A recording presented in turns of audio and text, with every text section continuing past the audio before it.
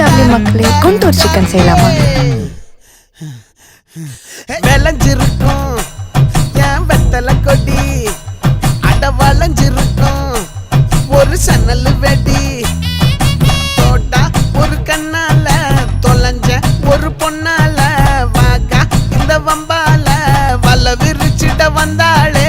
பார்த்து வளைச்ச தேக்கு ஓம் பட்ட உடம்பு சோக்கு, என்ன குத்தும் குறும்பு மூக்கு, கொஞ்சம் ஓய்வை கொடுத்து தாக்கு.